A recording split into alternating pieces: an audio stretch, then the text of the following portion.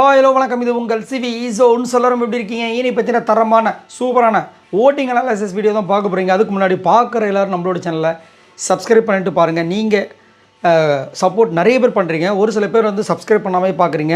இன்னும் யாரும் நீங்கள் பண்ணியிருந்தீங்கன்னா எனக்கு 2 லட்சம் சப்ஸ்கிரைபர் வந்திருப்பாங்க இது வரைக்கும். ஸோ எவ்வளோ பேர் வந்து சப்ஸ்கிரைப் பண்ணாமல் பார்க்குறீங்க பாருங்கள். ஸோ தயவு செஞ்சு சப்ஸ்கிரைப் பண்ணிங்கன்னா ரொம்ப சந்தோஷமாக இருக்கும். தயவு செஞ்சு பண்ணுங்கள். ஸோ லைக்கும் பண்ணுங்கள். இப்போ வாங்க அந்த வீடியோக்குள்ளே போகலாம். ஸோ இடையே பார்த்தீங்கன்னா தரமான சம்பவங்கள்லாம் வந்து இந்த ஓட்டிங் அனாலிசிஸ் நடந்திருக்கு. அதுக்கு முன்னாடி பார்த்தீங்கன்னா காலையிலேருந்து பரபரப்பாக நிறைய விஷயங்கள்லாம் போயிட்டுருக்கு. அதுலேயும் குறிப்பாக விஜய பார்வதி பஸ்ட் அவுட் ஆகிட்டாங்க. ஸோ நினச்ச காரியம் நடந்த மாதிரி வந்துட்டு உள்ளே இருக்கிற ஆட்கள் எல்லாருமே சேர்ந்து அவங்கள வந்துட்டு வச்சு செஞ்சு கடைசியில் அவங்க வந்து வெடித்து சிதறிட்டாங்க.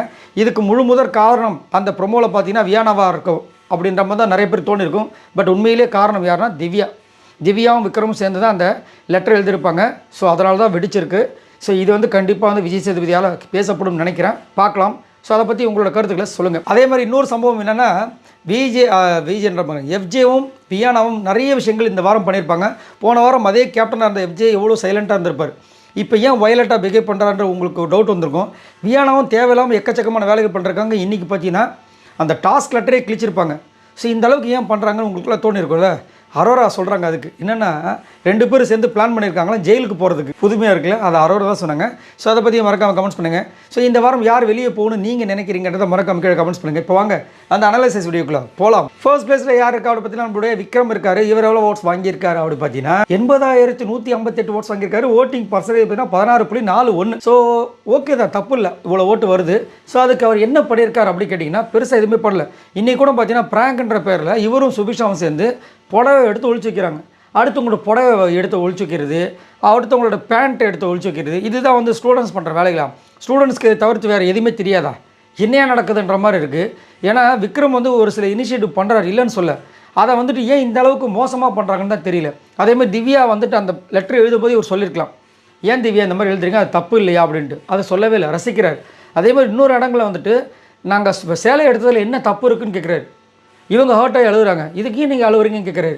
ஏயா கனியை வந்துட்டு அந்த நம்ம திவாகர் வந்து நீங்களும் எஃப்ஜேவும் ஹக் பண்ணுறது எனக்கு பிடிக்கலன்னு சொன்னோன்னே இவ்வளோ பொங்குறாங்களே, எல்லாருமே வந்து கத்துனாங்கல்ல.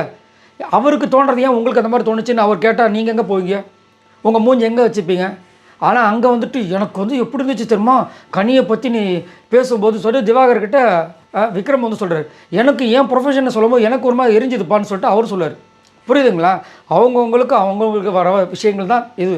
உங்களுக்கு வந்தால் ரத்தம், மற்றவங்களுக்கு தான் தக்காளி சட்னா என்ன பாஸ் இதெல்லாம் நியாயன்ற மாதிரி இருந்துச்சு. இதை பற்றி உங்களோட கருத்தில் சொல்லுங்கள். 2வது பிளேஸ் பார்த்தீங்கன்னா விஜய பார்வதி சூப்பராக வந்திருக்காங்க. இவங்க எவ்வளோ ஓட்ஸ் வாங்கியிருக்காங்க அப்படி பார்த்தீங்கன்னா 61,135 ஓட்ஸ் வாங்கியிருக்காங்க. ஓட்டிங் பர்சன்டேஜ் பார்த்தீங்கன்னா 12.52. உண்மையிலே சொல்லப்போனால் இப்போதைக்கு top contestant Bigg Boss season 9 பொறுத்த வரைக்கும் யார் என்ன சொன்னாலும் என்னை பொறுத்த வரைக்கும் விஜய பார்வதி தான்.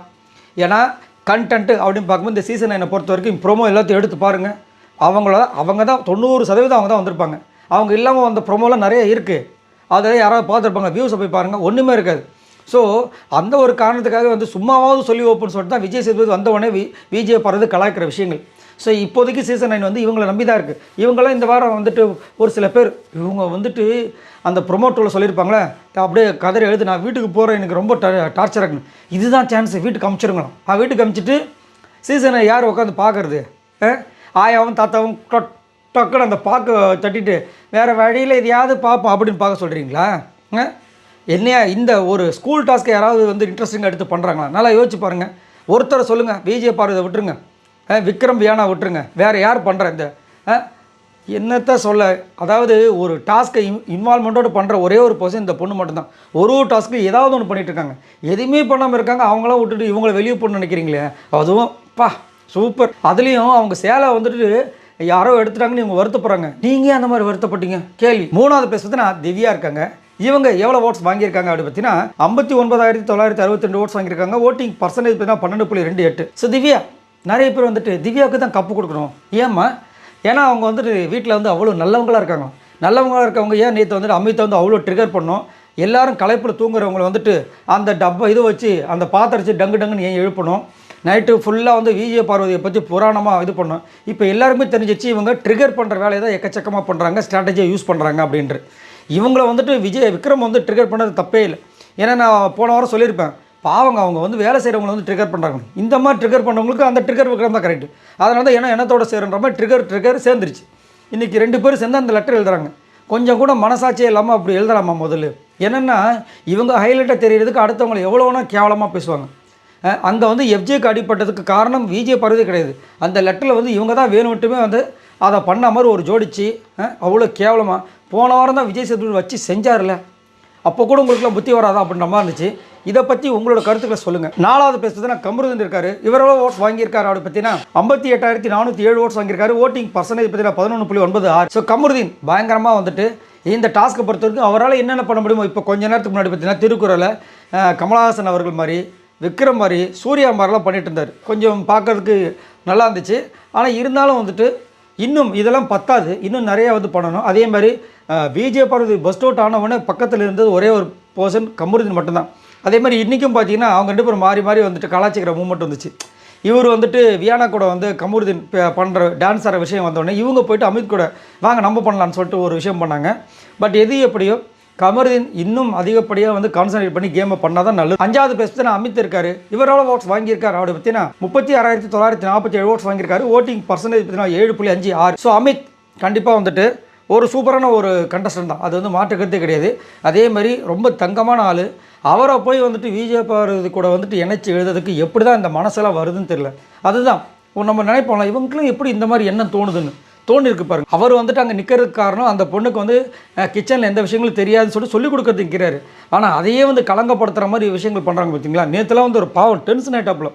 ஏன்னா திவ்யா வந்து கெஞ்சுறாங்க போகல, அதுக்காக வந்துட்டு அவங்களோட செயலை வந்துட்டு நான்சென்ஸாக இருக்குன்னு போயிட்டாங்க. என்னை பார்த்து எப்படி நீ நான்சென்ஸாக பண்ணுவேன், நான்சென்ஸ் சொல்லுவேன்னு சொல்லிட்டு ஒரே அட்டகாசம் உச்சி வெளுவலும் வெளுத்தார் அமித். ஃபஸ்ட் டைம் அவரோட உண்மையான அந்த கோவத்தை பார்க்கும்போது ரொம்ப நம்மளுக்கு கஷ்டமாக இருந்துச்சு. ஏன்னா நேற்று அவருக்கு பிறந்த நாள் வேறு. 6வது பேச பார்த்தீங்கன்னா அரோரா இருக்காங்க. இவங்க எவ்வளோ ஓட்ஸ் வாங்கியிருக்காங்க அப்படி பார்த்தீங்கன்னா 33,198 ஓட்ஸ் வாங்கியிருக்காங்க. ஓட்டிங் பர்சன்டேஜ் பார்த்தீங்கன்னா 6.8. ஸோ அரோரா பற்றி என்ன சொல்கிறது, இந்த வாரம் முழுக்க அவங்களுக்கு பெருசாகவே வந்துட்டு எந்த டாஸ்க்குமே பெருசாக பண்ணலை. அதே மாதிரி 10ஓட 11 தான் இருக்காங்க. ஆனால் ஒரு விஷயத்தை வந்து ஷேர் பண்ணியிருந்தாங்க, இந்த ஜெயில் மேட்ரு. அதாவது வியானாவும் எஃப்ஜேவும் வேணும்னுமே இந்த விஷயங்களை செய்கிறாங்க. 2 பேரும் வந்துட்டு ஜெயிலில் போய் உட்காந்து கடலை போடுறதுக்கு அப்படின்ற மாதிரி வந்து சொன்னாங்க. அது விக்ரமுக்கு ஷாக் ஆகுது, என்னடா இது அப்படின்ற மாதிரி. அதே மாதிரி அதை தவிர்த்து இந்த வாரம் டாஸ்க் சொன்னதுனால அவங்களால பார்த்திங்கன்னா கமருதீன் கூட பெருசாக வந்து பண்ண முடியல. ஏன்னா அவங்க இருக்கிற அந்த ட்ரெஸ்ஸு வந்து ஸ்டூடெண்ட் ட்ரெஸ்ஸு. ஸோ ஏதாவது பண்ணனா பிரச்சனை வரும் உங்களுக்கு தெரியுது. 7வது பேச பார்த்தீங்கன்னா சாண்ட்ரா இருக்காங்க. இவங்க எவ்வளோ ஓட்ஸ் வாங்கியிருக்காங்க அப்படி பார்த்தீங்கன்னா 32,755 ஓட்ஸ் வாங்கியிருக்காங்க. ஓட்டிங் பர்சன்டேஜ் பார்த்தீங்கன்னா 6.71. ஸோ சாண்ட்ரா பற்றி சொல்கிறதுக்கு ஒன்றுமே இல்லை. ஏன்னா பெருசாக எதுவுமே பண்ணலை. நிறைய சான்ஸ் கிடைச்சது, நிறைய ஸ்கோப் இருந்துச்சு, பட் பெஸ்ட். 8வது பேச பார்த்தீங்கன்னா பிரஜன் இருக்கார். இவர் எவ்வளோ ஓட்ஸ் வாங்கியிருக்கார் அப்படி பார்த்தீங்கன்னா 32,325 ஓட்ஸ் வாங்கியிருக்காரு. ஓட்டிங் பர்சன்டேஜ் பார்த்தீங்கன்னா 6.62. ஸோ பிரஜனுக்குமே இந்த வாரம் பெரிய கண்டம் இருக்குது, அது வந்து மாற்றுக்கிறது கிடையாது. நிறைய பேர் வந்துட்டு பிரஜென்ட்லாம் டாப் 5ல் வந்துடுவார் அப்படின்ற மாதிரிலாம் நினச்சிங்கன்னா கூட ஓட்டு கம்மியாகிட்டே வந்துட்டுருக்கு. அது மட்டும் இல்லாமல் இந்த வாரம் சூப்பரான ஒரு ஸ்கோப் கிடச்சிது பிரின்சிபலாக இருக்கிறதுக்கு. ஆனால் இந்த மாதிரி ஒரு பிரின்சிபல் இருக்க முடியுமா அப்படின்ற அளவுக்கு அவரோட விஷயங்கள் இருந்துச்சு. ஏன்னா எந்த பிரச்சனை வந்தாலும் அப்படியான்னு கேட்குறாரு, என்னம்மா பண்ணா. ஏன்னா அந்த ஸ்கூலோட பிரின்சிபல் அவருன்னும் போது எவ்வளோ பெரிய விஷயங்கள் ஒன்றுமே இல்லை. 9வது பேச பார்த்தீங்கன்னா கனி. இவங்க எவ்வளோ ஓட்ஸ் வாங்கியிருக்காங்க அப்படி பார்த்தீங்கன்னா 31,921 ஓட்ஸ் வாங்கியிருக்காங்க. ஓட்டிங் பர்சன்டேஜ் பார்த்தீங்கன்னா 6.54. ஸோ கனியை பற்றி என்ன சொல்கிறது, ஃபுல்லாக வந்துட்டு விஜய் பார்வதியோட மேலே இருக்கிற டார்கெட் தான். இதில் வேறு காலையில் வந்து வியானாவும் எஃப்ஜேவும் வந்துட்டு அந்த போர்டில் விஜய் பார்வதியும் அமித்தையும் சேர்த்து ஒரு மாதிரி கேவலமாக கொச்சப்படுத்தி எழுதுகிறாங்க. அதை வந்துட்டு கானாவினத் கண்டிக்கிறாரு. என்ன எஃப்ஜே நீ இந்த மாதிரி பண்ணிட்டு இருக்குன்னு சொல்லும்போது வியானா சொல்கிறாங்க ஏன் தமிழம்மாவும் தான் பார்த்துட்டு போனாங்க. ஸோ எல்லாருமே பார்த்தீங்கன்னா ஃபுல்லாக பிளானிங்.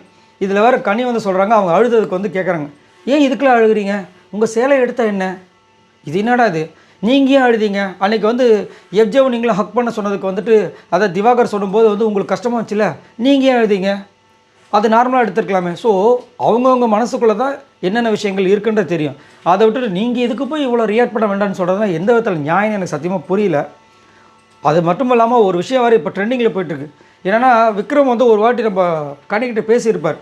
அப்போ வந்து இவங்க கூட சொல்லியிருப்பாங்க எனக்கு மௌன ராகத்தில் வந்துட்டு கார்த்திகை தான் ரொம்ப பிடிக்கும், அந்த ரோல் தான் ரொம்ப பிடிக்கும், கொஞ்சம் ரக்கடான்னு. அப்போ உடனே விக்ரம் சொல்கிறாரு, உங்களுக்கு வந்து எஃப்ஜே மூலம் ஒரு லவ் அப்படின்னா அவங்க சிரிக்கிறாங்க. என்னத்தை சொல்ல. 10வது பேச பார்த்தீங்கன்னா ரம்யா இருக்காங்க. இவங்க எவ்வளோ ஓட்ஸ் வாங்கியிருக்காங்க அப்படி பார்த்தீங்கன்னா 31,332 ஓட்ஸ் வாங்கியிருக்காங்க. ஓட்டிங் பர்சன்டேஜ் பார்த்தீங்கன்னா 6.42. ரம்யா பற்றி சொல்கிறதுக்கு ஒன்றுமே இல்லை, பெருசாகவும் இல்லை. ஏன்னா அவங்க எதுவுமே செய்யலை. லாஸ்ட்டாக பார்த்தீங்கன்னா வியானா வந்துட்டாங்க. இவங்க எவ்வளோ ஓட்ஸ் வாங்கியிருக்காங்க அப்படி பார்த்தீங்கன்னா 30,256 ஓட்ஸ் வாங்கியிருக்காங்க. ஓட்டிங் பர்சன்டேஜ் பார்த்தீங்கன்னா 6.18. ஸோ இன்றைக்கி பார்த்தீங்கன்னா பிக் பாஸ் ஹிஸ்ட்ரியிலே இந்த மாதிரி விஷயமே நடந்ததே கிடையாது. என்னென்னா ஒரு டாஸ்க் லெட்டருக்கு எவ்வளோ மரியாதை இருக்குன்னு உங்களுக்கே தெரியும். ஏன்னா அது மூலமாக தான் பிக் பாஸ் நம்மக்கிட்ட பேசுகிறாரு, அதாவது உள்ளே இருக்கிற கண்டஸ்டன்ஸ் கிட்ட.